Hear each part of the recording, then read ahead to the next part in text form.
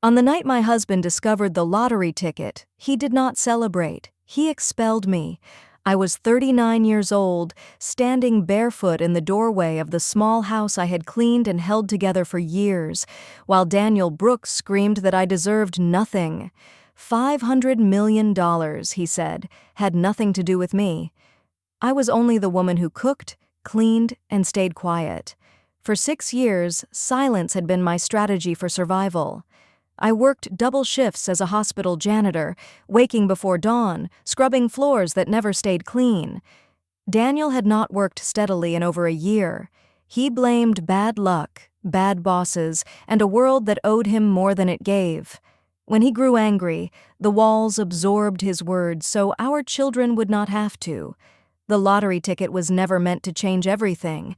It was a small hope, purchased with my last $20 at a corner store after a 12-hour shift. I slipped it into a book and forgot about it, because dreaming openly felt dangerous in my own home. When the winning numbers aired, Daniel found the ticket before I did.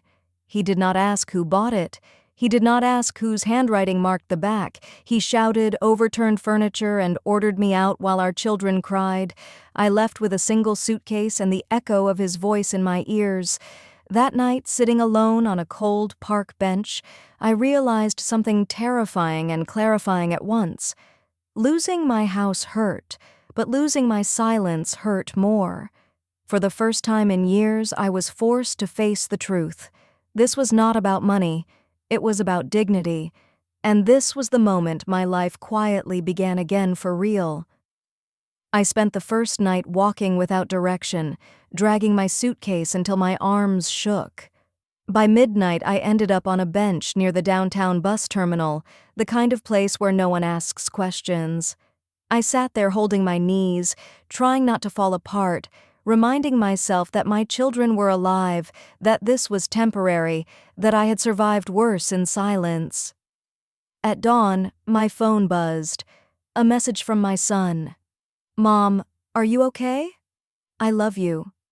I stared at the screen until my vision blurred. That single sentence kept me standing.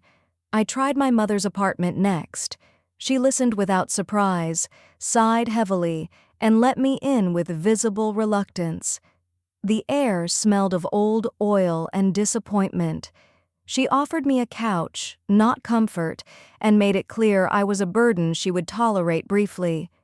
After 2 nights of sleeping fully dressed, I understood I had to leave again. From a public library computer, I searched for help.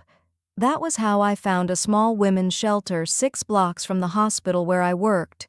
When I knocked, a woman named Helen opened the door. She was calm, firm, and looked at me as if my presence made sense. Inside, the space was modest but warm. Soup simmered on the stove. Children's drawings covered the walls. Women spoke softly, or not at all. For the first time since being thrown out, I breathed without fear. Helen listened as I explained everything. She did not interrupt. When I finished, she said something that shifted the ground beneath me. "What you described isn't just emotional harm, it's financial abuse." I told her about the lottery ticket, how Daniel took it, how he claimed it was his. Helen asked a simple question. "Did you buy it?" "Yes." "Then ownership may not be what he thinks it is." The idea startled me. I had already accepted that everything was lost. But Helen spoke about documentation, evidence, and process, not revenge. Justice, she said, was quieter than rage, but far more durable. Meanwhile, Daniel's life transformed overnight. He moved into a luxury apartment, posted photos with strangers calling him a success, and spent money faster than it arrived. Friends he barely knew praised him loudly. My children appeared in pictures online, smiling on command, while being ignored at home. At the shelter, I learned about rights, about protection orders, about patterns of control disguised as entitlement. Slowly, the fog in my mind lifted.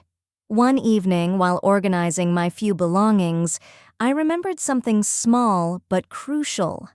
Out of habit, I had written my name and the date on the back of the ticket. A pencil mark, nearly invisible, but real. Helen contacted a legal aid attorney. Together, they requested archived scans from the Lottery Commission. We waited. The results arrived quietly. The ticket had been scanned on both sides. My name was there. A week later, Daniel was served legal papers. His accounts were temporarily restricted. Custody was reviewed. He called me repeatedly, furious, confused, then afraid. I did not answer. The hearing was brief but decisive. Evidence spoke where I once could not. I stood calmly, hands steady, while the judge reviewed documents Daniel had never bothered to read. For the first time, his voice did not dominate the room. When the judge granted me temporary custody and suspended Daniel's access to the funds, I felt no triumph, only relief. I walked out of the building knowing the hardest part was not over, but I was no longer walking alone. I was walking forward. The months that followed were not easy, but they were honest. I moved into a small apartment near the shelter, close enough that I could walk to work and still return in time to cook dinner for my children. The place was plain, secondhand furniture, chipped plates, thin curtains, but it was quiet. No shouting, no doors slammed in anger. Peace, I learned, does not need luxury to exist. Daniel's public image collapsed faster than it had risen. Without unrestricted access to the money, the people who once praised him vanished. Invitations stopped, messages went unanswered. The confidence he wore like armor dissolved into paranoia and bitterness. Eventually, even his own family distanced themselves, unwilling to defend behavior they could no longer deny. The court proceedings continued steadily. I did not attend every hearing. My lawyer advised me to focus on rebuilding, not reliving. The final ruling confirmed what had already become clear. The lottery prize belonged to me, and Daniel was prohibited from contacting me or the children directly. The decision was delivered without drama, just facts and signatures. Justice did not shout. It closed the door quietly. With part of the recovered funds, I paid debts, secured my children's education, and did something unexpected. I returned to the shelter that had opened its door to me and asked how I could help. Together with Helen and several volunteers, we created a small program for women experiencing financial and emotional abuse. No speeches, no promises, just resources, guidance, and a place where silence was not demanded. The work grounded me. Each story I heard reminded me how close I had come to disappearing. Healing, I discovered, was not forgetting.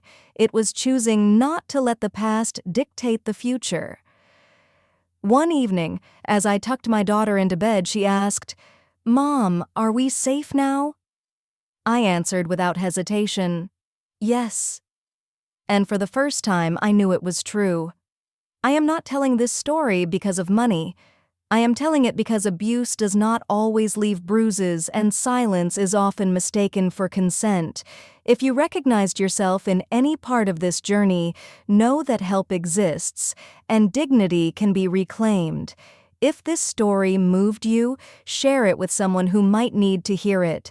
Let us know in the comments where you are watching from and what strength means to you. Your voice matters more than you think.